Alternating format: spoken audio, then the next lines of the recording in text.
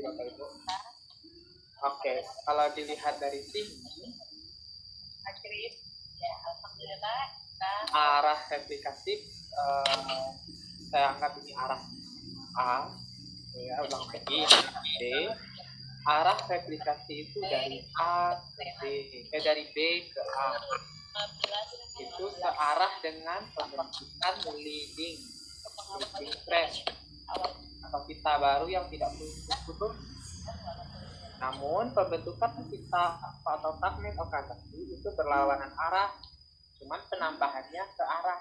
Penambahannya itu selalu mengarah ke B ke A. Cuman aplikasian polimerisasinya itu arahnya A ke B. Gitu ya. Jadi kalau dari soal, kita lihat di soal, kalau arah fragmen Okazaki ke sana, berarti arah replikasi itu kemana? Ke arah sana ya, ke arah sana gitu. Nah, arah leadingnya ke sana, Okazakinya ke sini. Dan berarti nanti kalau mau menambah fragmen Okazaki baru, berarti nanti di sini ada filter baru.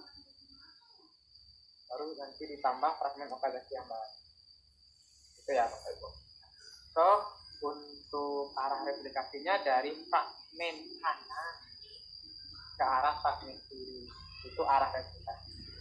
Jadi kalau misalnya arahnya fragmen dari kanan ke arah fragmen kiri, berarti yang di kanan dulu yang terbentuk. Jadi fragmen Okazaki paling kanan itu paling dulu terbentuk, baru diikuti tengah hingga di fragmen Okazaki paling kanan merupakan fragmen pertama yang terbentuk dari segmen leading ini. Nah,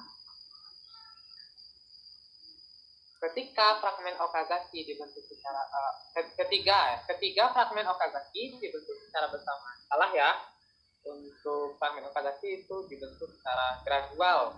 Jadi bertahap dari sini, taruh bikin lagi, lagi. Ini salah.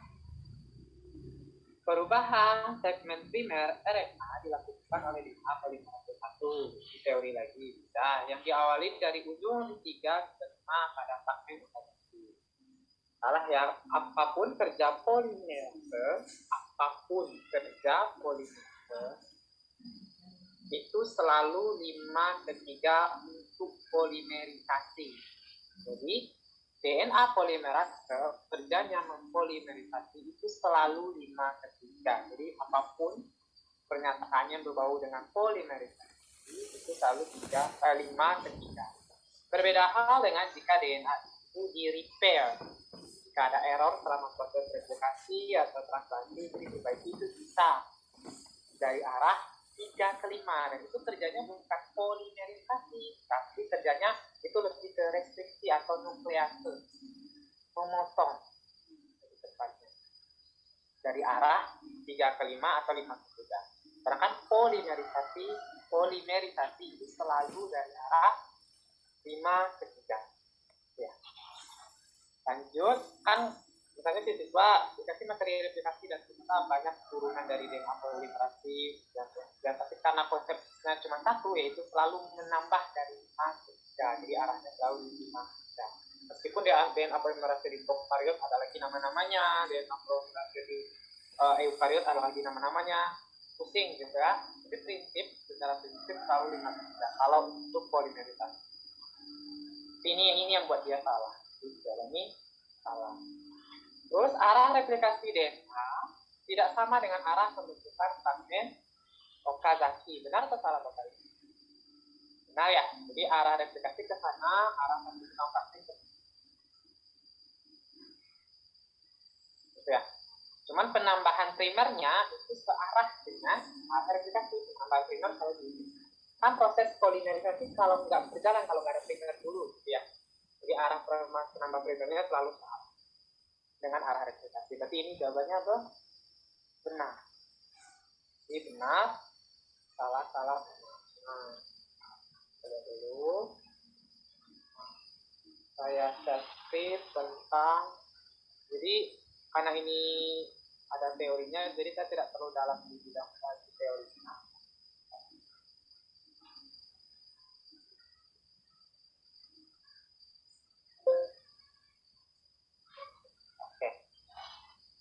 ya Bapak Ibu. Screen lagi. Nah ini, cara persiapan ya, karena ini kita fokuskan bagaimana Bapak Ibu nantinya bisa mempersiapkan siswa atau muridnya untuk ikut dalam ajang Olimpiade. Itu pertama basicnya dari Campbell Biologi. Buku ini mungkin sudah lumrah di sekolah-sekolah ya. Nah itu dibaca oleh siswa. Nah yang kayak saya tadi metode dalam pembelajaran itu yang metakognitif, siswanya nanti baca-baca terus menemui guru dikasih soal. Di situ mungkin bisa pelajarannya bisa lanjut atau tambah lagi jika ada ekstrakurikuler terhadap Olimpiade. Yang kedua latihan soal dan pembahasan soal seleksi yang dibuat oleh tim Tobi. Nah karena fokusnya yang dibuat oleh tim Tobi, maka saya mengirim soal-soal OSK dan OSP, soal-soal seleksi kota dan seleksi Tobi yang dibuat oleh Tobi. Jadi kita hanya mengarah soalnya ke situ, tidak luar dari itu. Mungkin ada soal-soal lomba lain yang universitas, tapi itu bukan standarnya di Olimpiade OSN-nya, karena standar Olimpiade OSN adalah yang dibuat oleh Tobi. Jadi kita mengarah ke situ. Nanti kita lihat soalnya. Ada dan yang lainnya ringkasan. Saya juga dari soal mana tadi? Kak, Ibu? Kak, kakak punya yang OSN 2021 juga 2022 itu kan susah karena dia online kan? Iya. Jadi sebenarnya soal itu akan disebarluaskan jika rentangnya dia 4 tahun mengikuti 4 tahun. Iya. Ya, jadi seperti ini, Bu. Kalau misalnya 2022, 2022, 2023, nanti yang di-share batasannya paling jauh itu cuma sampai 2019. Jadi untuk 2020, 2021, 2022 itu belum ada yang dibuktikan soalnya. 2020 kalau, kan ada? Ya, 2020 cuma sampai OSK, nggak sampai OSP atau OSN. Iya, betul. Nah, nanti kalau misalnya nambah tahun lagi, 2023 baru keluar yang 2016 OSN-nya, yang 2020 OSN-nya keluar, yang provinsinya juga keluar. Kalau nambah 1 tahun lagi. Jadi distribusi soal sengaja seperti itu, tujuannya mengarah. Nah, ini ada sumber buku lain, Bapak Ibu. Bapak Ibu bisa lihat. Ini buku Molecular Biology of the Cell. Bisa di-download bebas di Google. Yang SAP 3, SAP Cell and Molecular Biology, dan Molecular Cell Biology. Kita masih ingat lagi syarat peserta bisa ikut itu mereka nilai bahasa Inggris itu di atas 80, nilai IPA-nya di atas 80, terutama yang biologinya itu. Ini Ibu, Kak? Kenapa Ibu? Ibu atau? Ini Ibu. Atau hard copy? Ini Ibu. Oh, Kakak bisa kirim linknya biar kita download. Oke. Jadi, saya catat ya Bu, berarti kirim link. Oke. Nah, berarti sekarang buku ini berbahasa Inggris, cuman pendekatan gambar-gambarnya itu yang dipakai di soal. Bukan teorinya sebenarnya cukup Campbell kalau saya sih. Cukup Campbell. Iya sih. Karena di soal itu suka dikasih gambar baru, terus replikasi di Campbell gini, tapi dikasih replikasi gambar baru, udah pusing. Jadi siswa langsung mengotak-atik kepalanya, ini mana ini, emang ini gitu kan. Kayak, nah sebenarnya dia ini sebagai sumber-sumber gambar. Jadi misalnya nggak pun membaca, tapi lihat gambarnya, ini replikasi kerti di sel, atau ini gambar belahan sel kerti di sel. Nah ini untuk mikrobiologi, wajibnya itu yang ini Bu, atau Bapak, Brock Biology of Microorganisms. Ini wajibnya. Yang ini tambahan yang 2 ya, tapi wajibnya ini. Terus yang untuk genetika, bukunya sebenarnya cukup yang buku ini, Introduction to Genetic Analysis, nggak harus evolusi, tapi ini cuma tambahan. Yang genetik analisis ini sudah asupan enggak evolusi, tapi evolusi yang berhubungan dengan hereditas, tidak dengan penentu sifat ciri. Nah ini untuk anatomi fisiologi hewan, sebenarnya cukup pakai buku Wheaton and Hall ini dari Elsevier. Jadi ini gambar. Sherwood, Kak? Kenapa Ibu? Sherwood. Ya, Sherwood juga boleh. Sherwood juga boleh. Tapi kalau ini saya memilih buku ini berdasarkan bahasa buku yang paling sederhana. Oh. kayak gitu. Jadi kalau misalnya di Python, kalau dikasih gambar grafik atau apa gitu, kalimatnya sederhana di bawah. Kalau misalnya ada buku lain yang Serut juga boleh. Kadang Serut itu juga ada daftar soalnya, juga ada. Dari situ juga boleh. Kalau animal sosiologi itu lebih ke gambar-gambarnya lebih mewakili. Kalau untuk anatomi fisiologi tumbuhan cukup, kalau sekedar cukup pakai buku Tahis Plant Biology and Development. Kalau Tahis ini keluaran edisi ke-6-nya juga ada di internet, gitu ya Bu. Oke, nah itu buku-buku yang terkait buku-buku dalam materi ini. Pembinaan Olimpiade. Kita lanjut ke topik biosel. Nah, masih ingat ya Ibu, topik itu sederhana. Kalau dilihat dari lainnya ini aja nih, cuma definisi kimia, struktur. Ini sebenarnya udah ada di sekolah. Cuman tambahannya yang berbeda itu yang apoptosi, pensinyalan sel, kinetika enzim. Kalau di sekolah tidak cuma sampai sifat-sifat enzim, ciri-ciri enzim. Ini kinematika enzim, protein trafficking atau protein dosing. Nah, sisanya mungkin bisa. Itu yang baru-baru. Kalau saya lihat di sini. Oke, kita lanjut.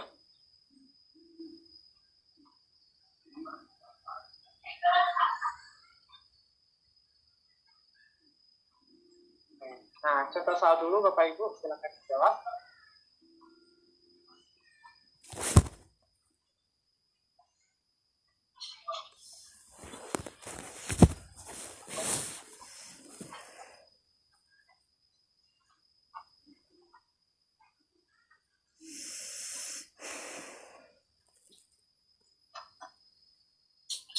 Jawabannya apa kira-kira Bapak Ibu? Oh, masih baca ya Pak? Oke.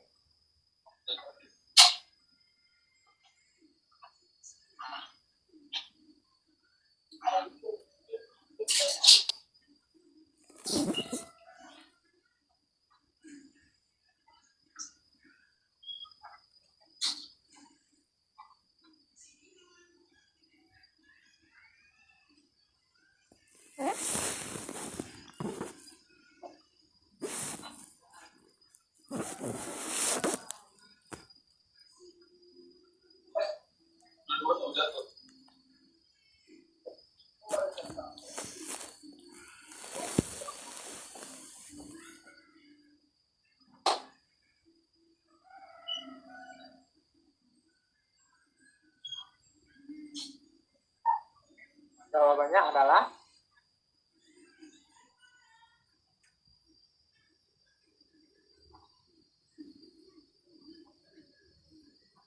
Bapak Ibu boleh jawab di kolom chat.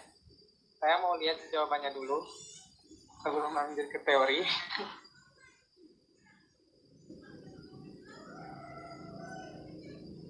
Di bawah ini beberapa karakter dari RNA polimera kecuali. Ya, sudah ada jawaban dari Bu Yanti.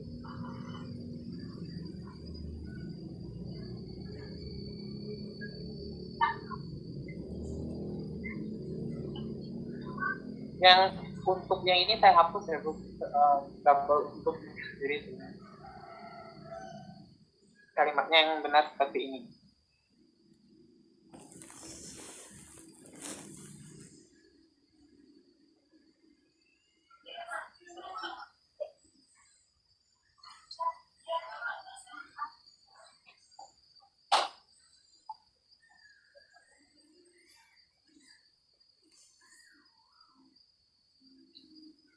Ada yang jawabannya selain D, Bapak Ibu?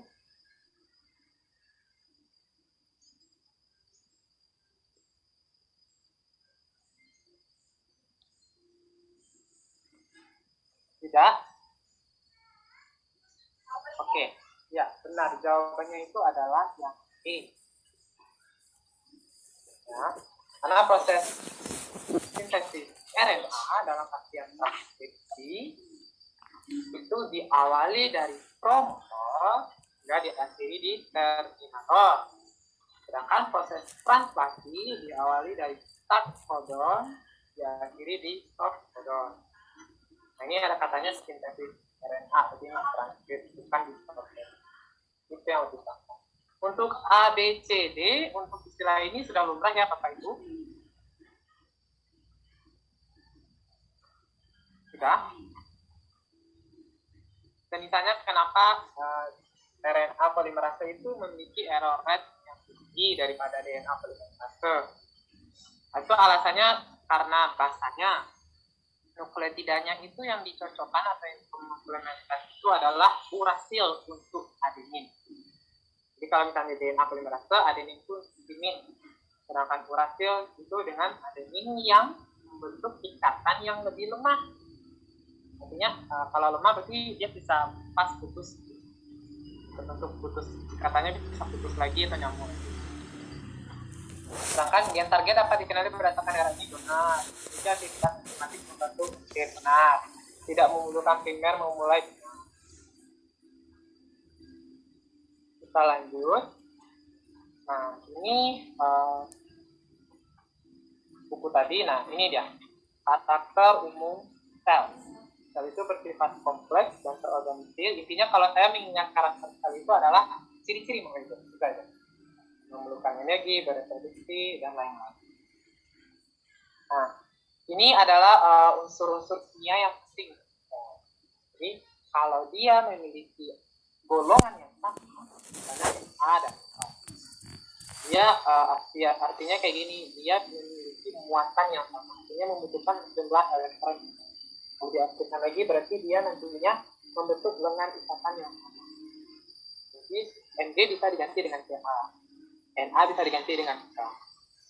Nah ini warna merah adalah warna yang paling unsur yang paling dominan, diikuti oleh warna biru, lalu diikuti oleh warna hijau. Ini adalah atom-atom yang ada di sini. Kita lanjut. Nah, air dan kehidupan. Ini air, cerita air. Ini sudah biasa ya Bapak Ibu. Air sebagai saluran universal, meredam suhu, mampu membentuk ikatan hidrogen. Nah, ini komposisi kimia sel. Nah, sekarang saya mau kasih satu soal tentang air sebelum lanjut.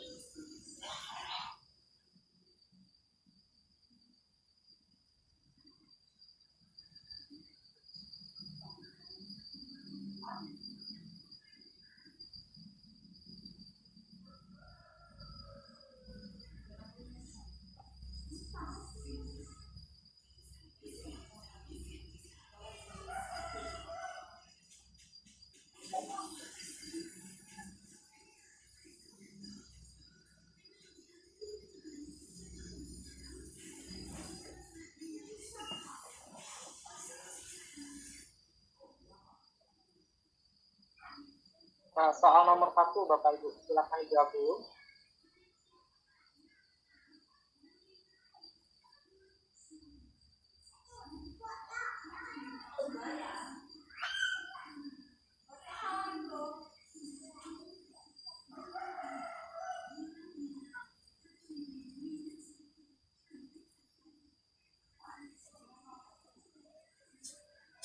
Jawabannya boleh dikirim lewat chat.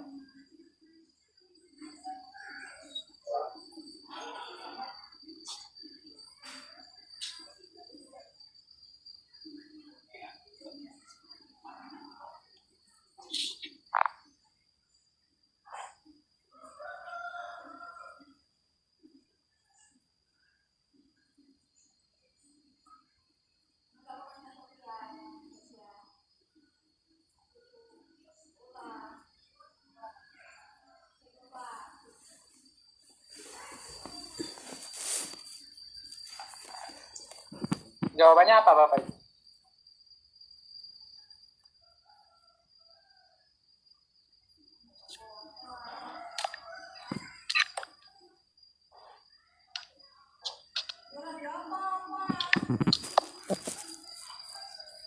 Luka bakar atau melepuh dari uap air efeknya lebih parah dibandingkan air yang bersih. Hal ini dikarenakan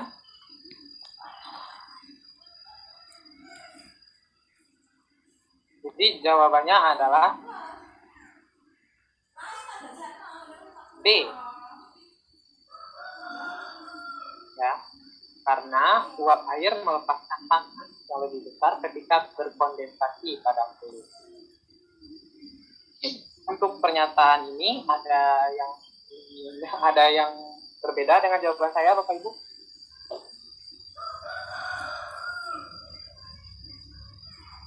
Jadi air yang mendidih, kan titik didih air itu paling maksimal 100, yang titik bekunya mesti 0.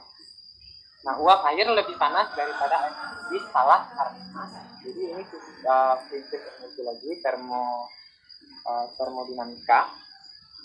Jadi energi yang bekerja dalam suatu reaksi itu dianggap delta S atau entropi. Itu tidak bisa diukur berapa kebutuhan energi dalam reaksi, itu tidak bisa diukur. Tapi setiap proses reaksi selalu ada energi yang dilepaskan, yaitu delta G. Energi yang dilepaskan itu yang bisa diukur. Air ketika mendidih artinya proses dalam bentukan didih.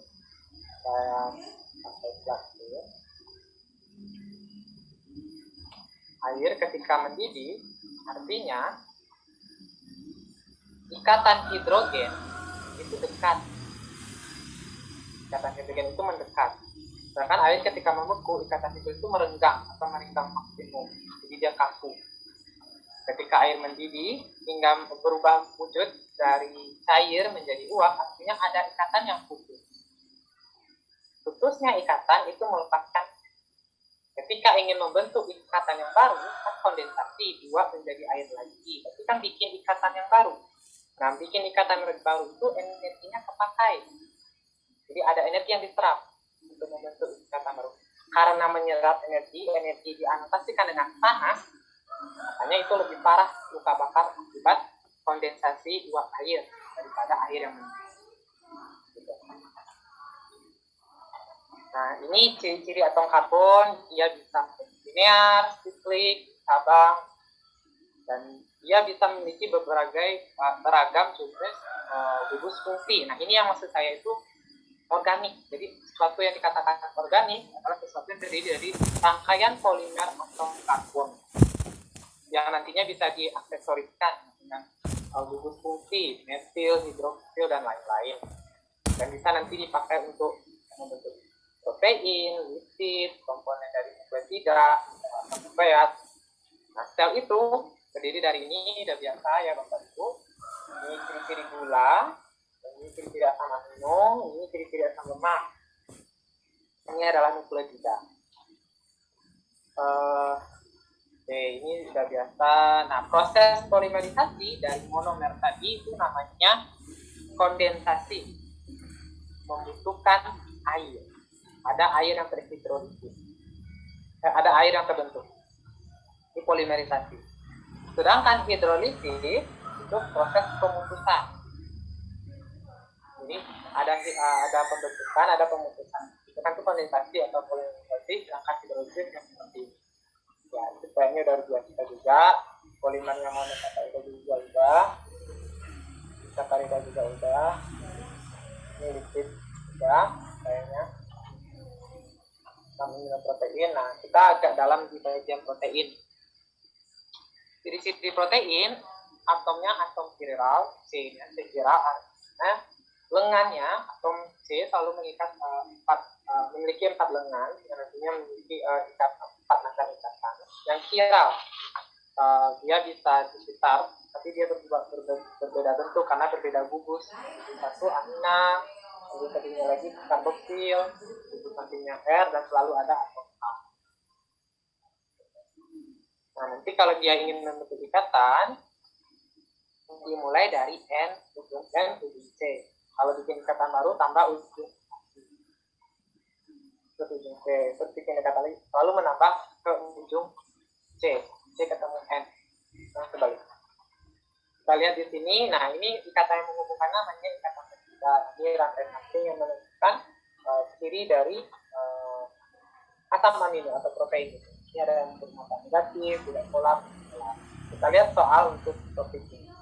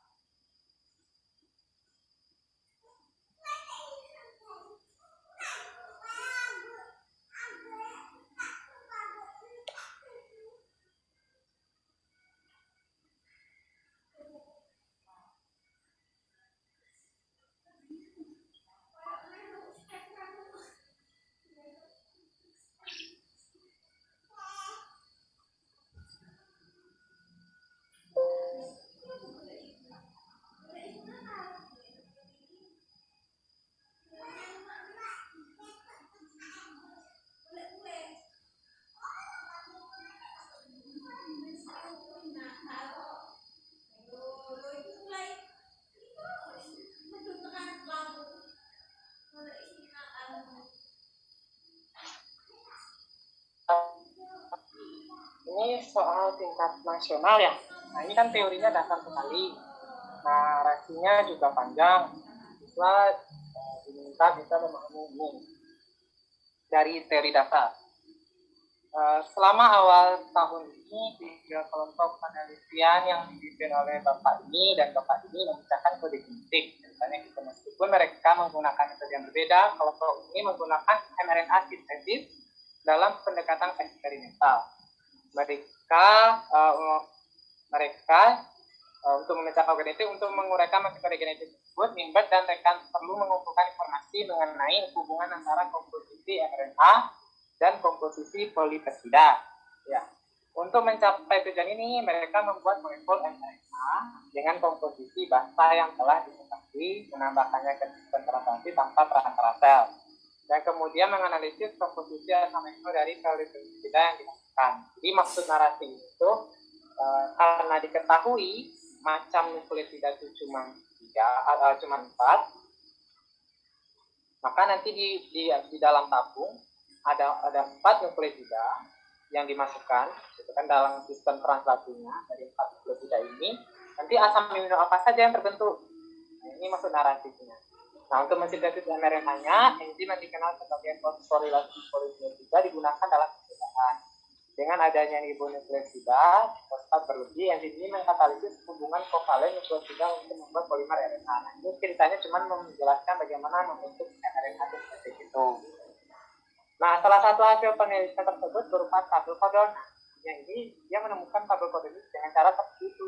Nah, ini informasi belajarnya nanti. Belajarnya di sini. Nah, misalkan, nah ini baru kasusnya. Misalkan Jadi petunjuknya cuma dari narasi selama sampai gambar 1. Nah, kasusnya di sini. Misalkan sekelompok peneliti ingin mengonfirmasi ulang dengan mencampurkan nukleotida dengan persentase basa berikut 30G, 30% C, dan 1% A, dan diberi penambahan polinukleotida fosfolid untuk menghasilkan A.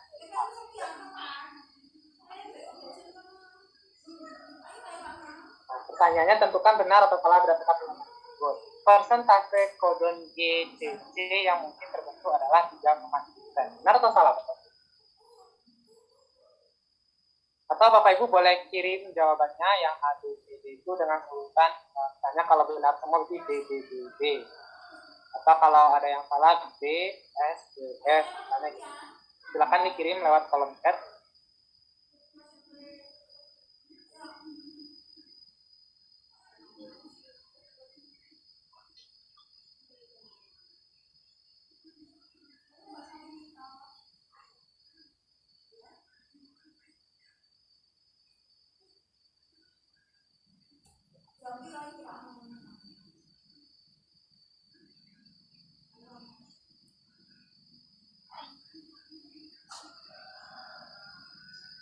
Sudah Bapak Ibu?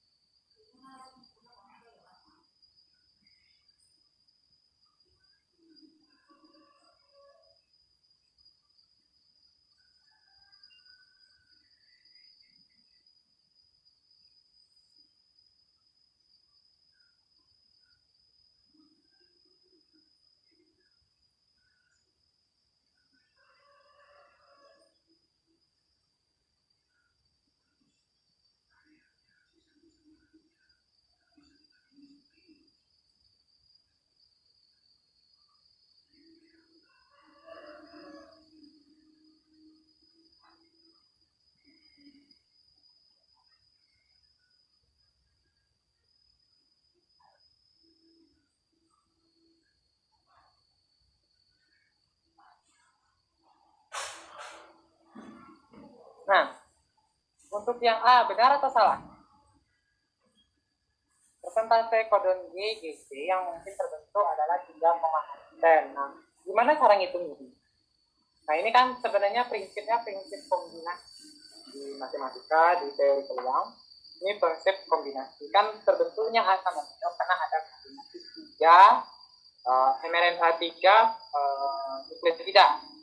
Nah, ternyata di eksperimennya dikasih proporsi 3 nukleotidanya itu ini GCA.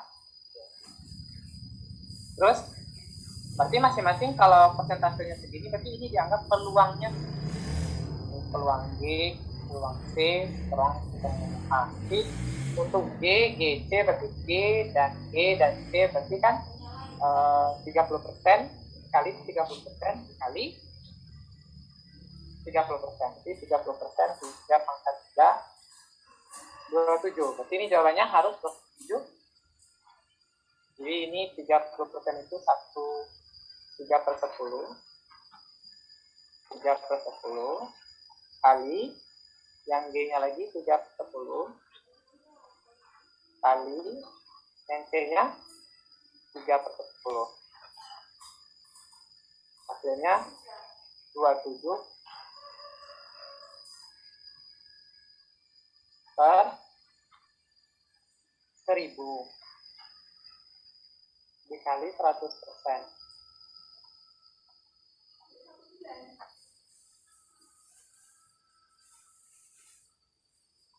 Maka dapatnya adalah 2,7%. Ini jawabannya salah. Pembentukan RNA sintetik tidak membutuhkan template DNA, sehingga urutan asam amino yang dihasilkan dapat diprediksi dengan tepat. Jadi karena ini prosesnya terjadi acak, kan kita tidak tahu ini peluangnya, kita tidak bisa memprediksi dengan tepat. Karena prosesnya tidak menggunakan template. Tapi kalau menggunakan template, itu prosesnya bisa kita prediksikan dengan tepat. Seperti ini jawabannya salah. Lanjut, persentase kodon GGA. G itu 30%, itu sama kayak tadi, 30. Terus kali 3/10. Terus yang A-nya 4/10. 4/10. Berarti 12 kali 3, 36. Berarti 3/6. Ini jawabannya salah. Maksimum asam amino yang terbentuk adalah 12 jenis amino. Nah, ini dapatnya dari mana jawabannya? Kita lihat di sini. Kan kalau misalnya dia punya C dan A, berarti itu adalah kombinasi asam amino yang ada G, C, dan A. Jadi dari sini, yang ini dengan yang ini, kombinasi ini. Jadi kita yang ini nggak boleh dipakai karena ini ada urasil. Nggak menghitung asam aminonya. 1, 2, 3, 4, 5, 6, 7, 8, 9, 10, 11, 12, 13. Sebentar, ada yang sama? Tidak, 13, 14. Nah, itu lebih. Ini jawabannya salah. Jadi dari sini kan katanya maksimum 12 kilo. Nah, ini contoh soal yang penerapan tentang no yang dihubungkan dengan sintesis protein. Oke, lanjut. Oke, kita lanjut ke topik biasa lagi.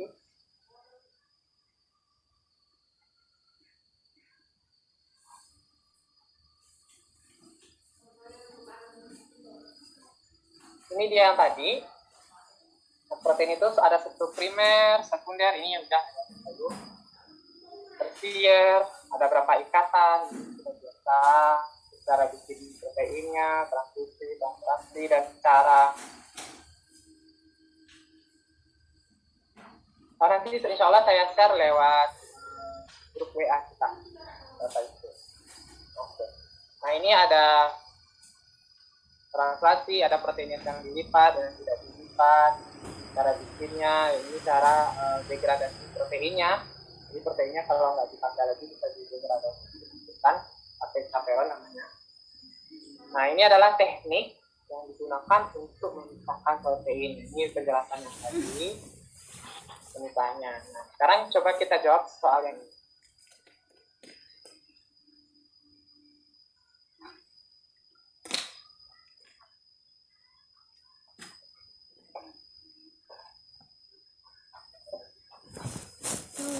Si Bang. Tak paham aku, Bang. Kepotong ya.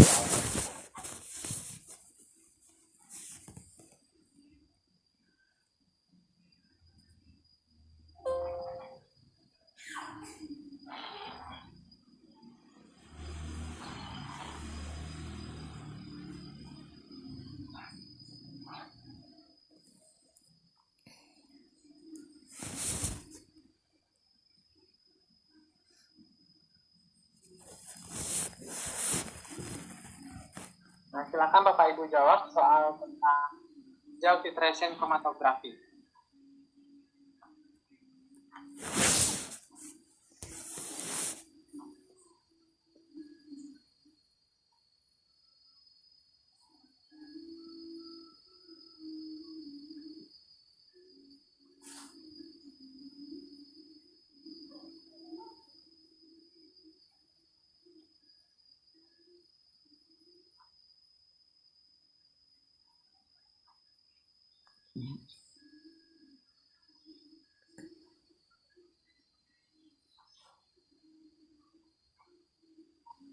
Untuk Bapak Ibu yang sudah menemukan jawabannya, silahkan dikirim lewat chat.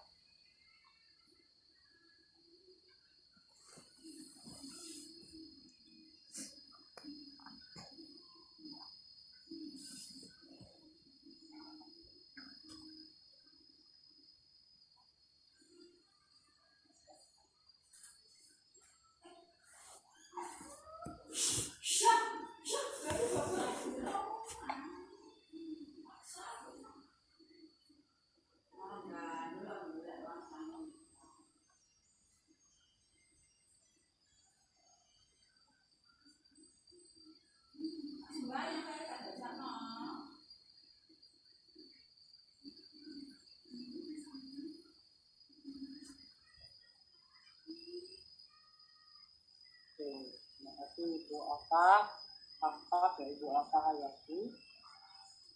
Jawabannya benar-benar salah benar.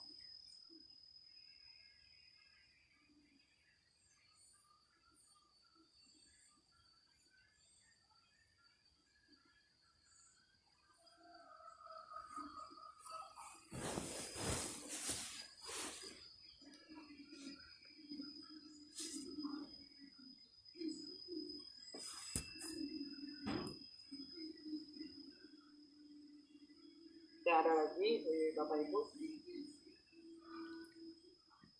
untuk jawabannya.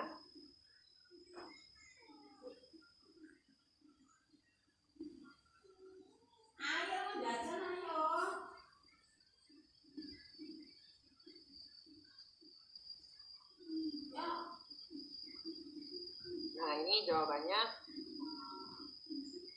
yang A, itu jawabannya benar. Benar. Yang A ini jawabannya benar. Ukuran lebih besar ya tadi, cerita yang tadi. Untuk yang B, hubungan saksi M protein dengan ukurannya adalah linear.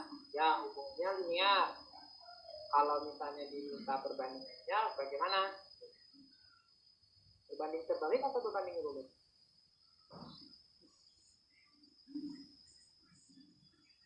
Jadi untuk hubungan misalnya yang ini adalah misalnya hasilnya kilodaltonnya, terus yang ini adalah milinya. Hubungannya terbalik atau lurus? Hubungannya benar, linear. Itu jawabannya benar. Yang A benar, yang B jawabannya benar. Nah, pertanyaannya apakah hubungan linearnya berbanding lurus atau berbanding terbalik?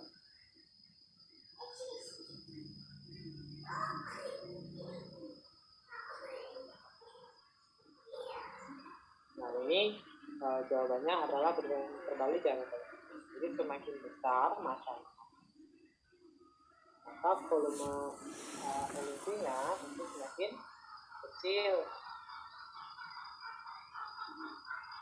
Kalau volume emisinya semakin kecil, tapi kalau dibuat grafik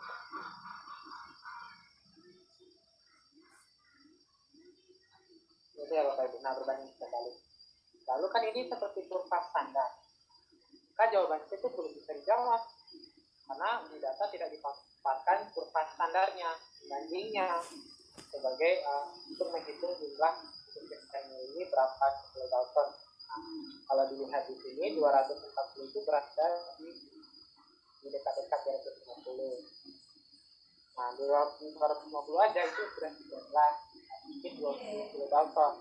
Karena hitungan 20-an kilodalton itu adanya di misalnya kimotrik-sinogen itu 228 mili. Ini jawabannya ini salah. Nah, untuk yang D, sebelum dimasukkan ke dalam kolom, proses diberi perlakuan khusus agar mengalami linearisasi dan memiliki rasio massa muatan yang sama.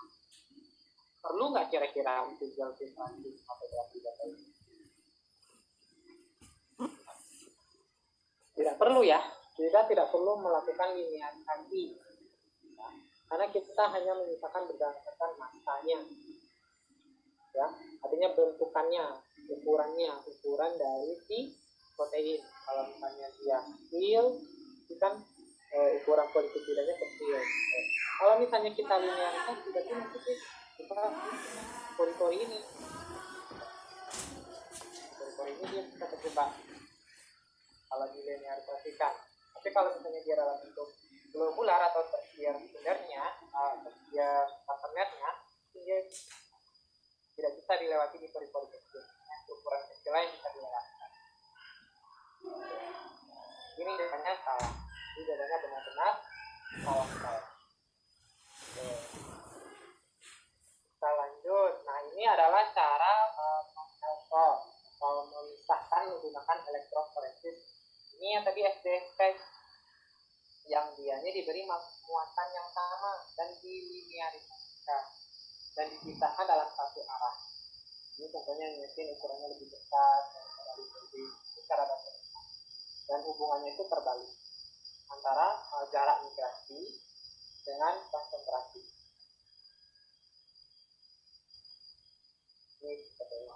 Nah, ini diarahkan ke positif.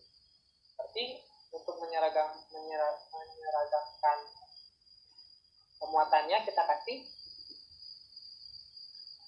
muatan apa? Muatan negatif. Sedangkan protein-protein ada yang tidak bermuatan. Atau kalau begitu nggak ada muatan, dikasih muatan. Maka dia bisa bermigrasi. Gitu. Nah, yang membedakan jarak ini berdasarkan apa? Berdasarkan panjang polipeptida. Ini hanya struktur primer, tidak ada struktur sekunder, tidak ada struktur tersier atau tersier.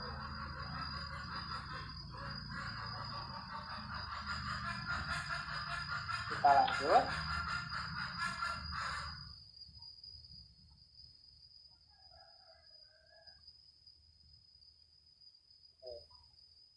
Ini cara menghitung.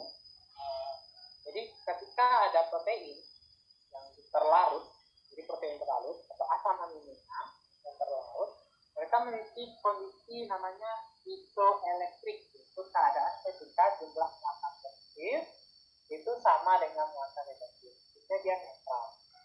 Ya, dia tidak bergerak. Dia tidak membentuk ikatan lagi. Misalnya gini, penerapan ini itu dalam teori sekolahnya adalah sistem pencernaan. Di lambung ada peptin bekerja di pH rendah. Nah, pH rendah itu berarti ada asam amino di protein peptin itu yang memiliki nilai isoelektrik ketika pH rendah. Nilai isoelektrik ini bisa dihitung dengan cara menghitung seperti ini. Hitung pH kerjanya. Ini adalah prosesnya adalah dengan cara titrasi, di mana nilai isoelektriknya ada dua macam, PK1 sama PK2. Artinya untuk merubah dari bentuk yang seperti ini menjadi seperti ini itu butuh nilai pH sekian. Ini juga nilai pH sekian. Untuk merubah bentuknya ini menjadi ini pH sekian. Jadi nilai PKI atau PI-nya, isoelektriknya adalah setengah dikali hasil penjumlahan 2 buah PKI. Nilainya 5, nilai-nilai yang menandakan dia termasuk protein yang larut pada pH asam atau dasar, atau dia netral. Jadi kalau misalnya protein yang ada di lambung dengan epsilon-gen itu isoelektriknya kurang dari ini atau lebih asam dari yang PI-nya glisin ini. Ini contoh soal.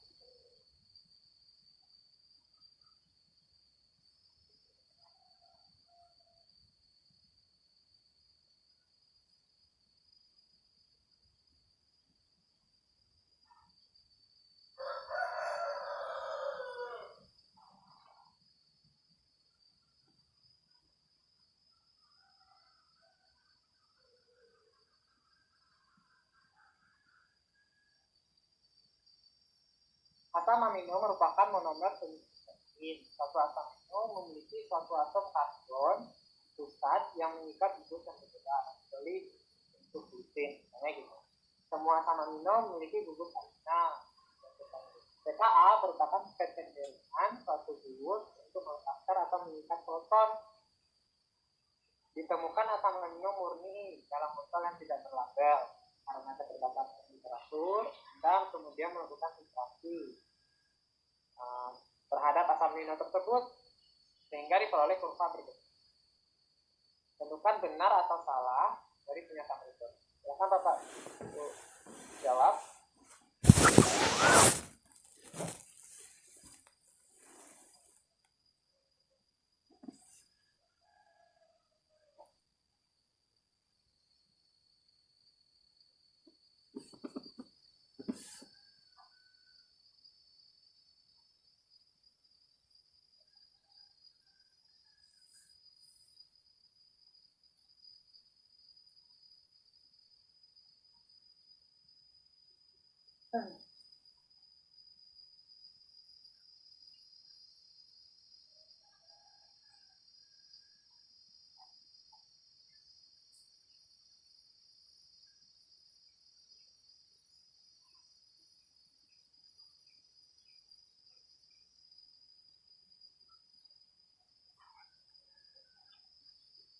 Nah, ini kan pernyataan A.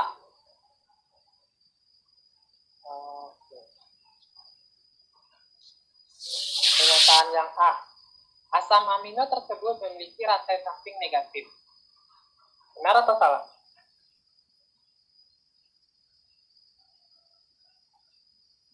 Kita lihat lagi. Yang rantai sampingnya negatif itu yang apa? Rantai samping yang negatif itu kalau dia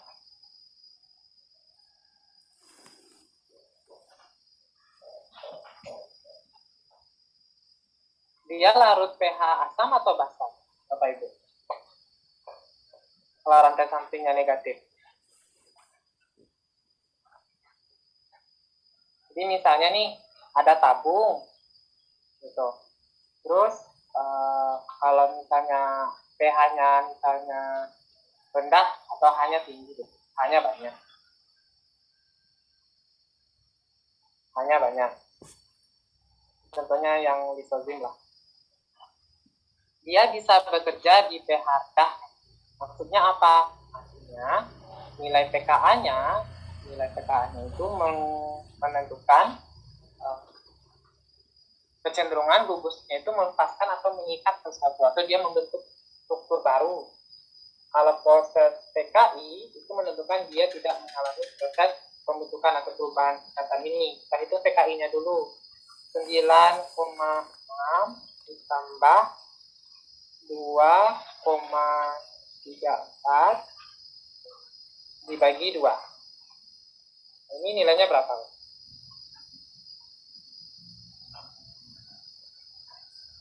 Lima.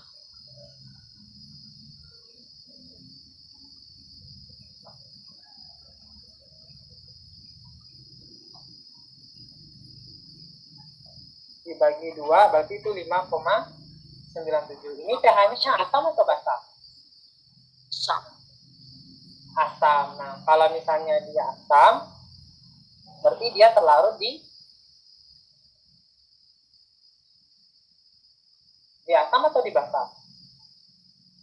Kondisi lingkungannya, kalau dia pH-nya asam.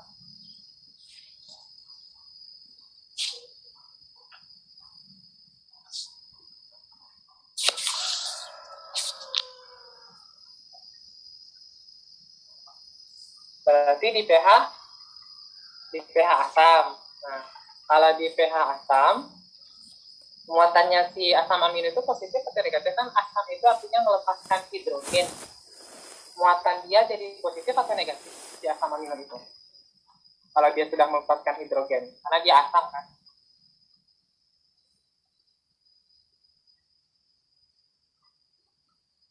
Berarti muatannya negatif. Karena dia melepaskan hidrogen, karena dia asam. Itu. Kemungkinan asam amino yang sedang diuji adalah glutamin. Kita lihat ya.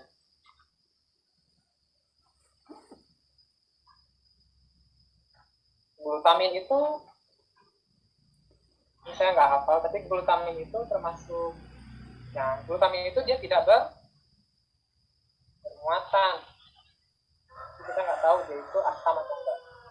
Nah, PR untuk si siswanya itu tidak menghafal ini, cuman mengambil satu perwakilan. Misalnya, kalau pengen tahu dia bermuatan negatif, cuma 2 nih, atau yang ada asam-asam. Acid artinya asam ya Bapak Ibu. Nah, itu muatannya negatif. Nah, yang sisa-sisanya berarti nggak bermuatan negatif. Arginin, lisin, histidin itu yang bermuatan positif. Terus menghafal yang bermuatan yang polar non polar bagaimana? Kalau non polar prinsipnya itu jika dia ada rantai karbon siklik ataupun panjang silipid. Tapi kalau dia polar dia tidak punya rantai karbon yang siklik ataupun rantai linearnya. Nah, berarti ini jawabannya. Ini jawabannya benar, yang ini benar, yang ini salah. Terus yang C, PI atau isoelectric point dari asam amino tersebut yaitu 4,97 salah ya. Nah, ini salah. Yang D, jika membentuk protein, maka asam amino tersebut berada pada bagian hidrofilik. Benar atau salah? Kalau di sekolah mungkin hidrofobik konsepnya ini fosfolipid pada membran. Hidrofilik berarti dia bisa berinteraksi dengan air, sedangkan hidrofobik dia tidak bisa berinteraksi dengan air. Semua senyawa yang bermuatan itu bisa berinteraksi dengan air, maupun positif negatif. Nah ini kan bermuatan negatif, pasti dia bisa berinteraksi dengan air, artinya dia hidrofilik. Jadi kalau dia membentuk protein, misalnya proteinnya bulat, kan? Nah di bagian luar-luar ini yang berinteraksi dengan air, ini air di luar. Protein yang ada di luar adalah proteinnya hidrofil. Sedangkan protein yang tertutup yang di dalam sini, ya, bayangkan suatu bola padat, di dalamnya itu padatan, di luarnya permukaannya itu bisa berinteraksi dengan air, sehingga asam amino penyusun di permukaannya yang hidrofilik, sedangkan asam amino yang ada di dalamnya itu adalah hidrofobik. Contoh ini kerja enzim. Enzim, misalnya kerja enzim kan ada teori log I, kan itu teori. Kebanyakan enzim itu dia lebih suka yang hidrosipid, yang menyocokkan dengan substrat. Jadi, misalnya gini, nah begini, substratnya yang bulat ini, dia mau masuk. Nah, sebelum ketemu substrat kan bagian sisi aktifnya tertutup, tidak ada terpapar, ya, tak terdedahkan gitu, keluar. Dia tidak berinteraksi dengan air. Di bagian sini hidrofobik. Kapan ini bisa terbuka? Ketika dia memiliki gugus fungsi atau kofaktor atau koenzim di situs lainnya, di situs alsteriknya, jadi dia membuka. Makanya dia ketemu substrat. Itu kondisi contohnya yang protein. Oke.